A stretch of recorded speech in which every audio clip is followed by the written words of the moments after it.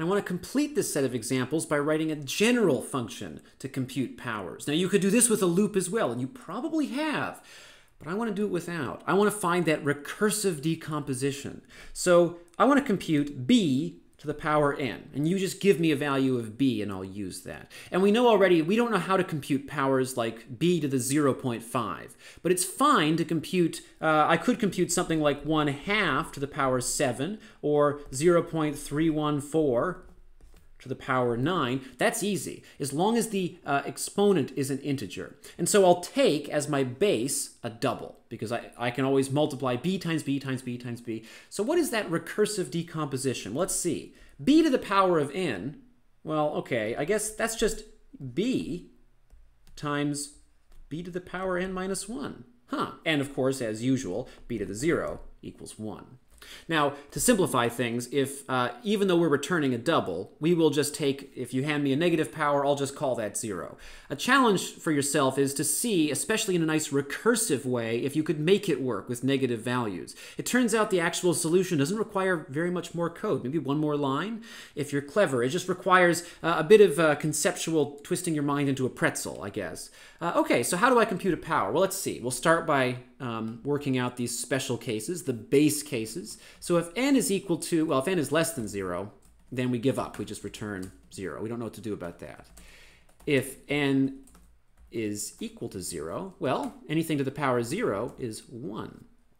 And I'll call that 1.0 because we're using a double.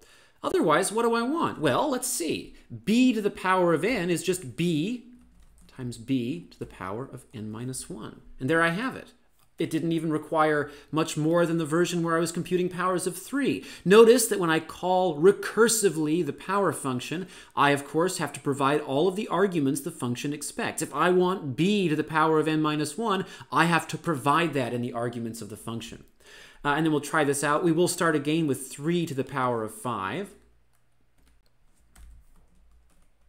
Oh, not operators, powers. Still not operators. Okay, I learned how to type. There we go. 3 to the power of 5 is 243. Okay, let's try 0.5 to the power of 3. All right, 0.5 to the power of 3 is 1 over 8, which is 0.125. That looks good. Let's try 10 to the power of 4.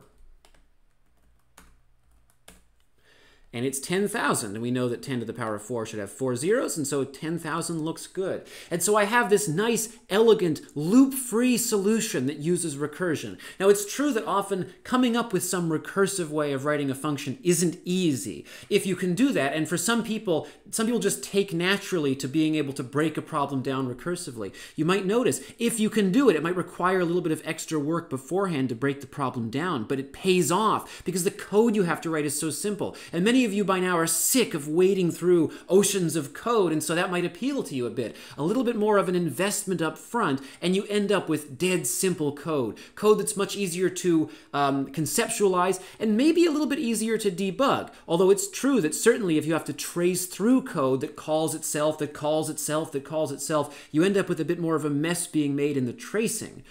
You do, however, maybe have a little bit less bookkeeping to do with things like loop indices.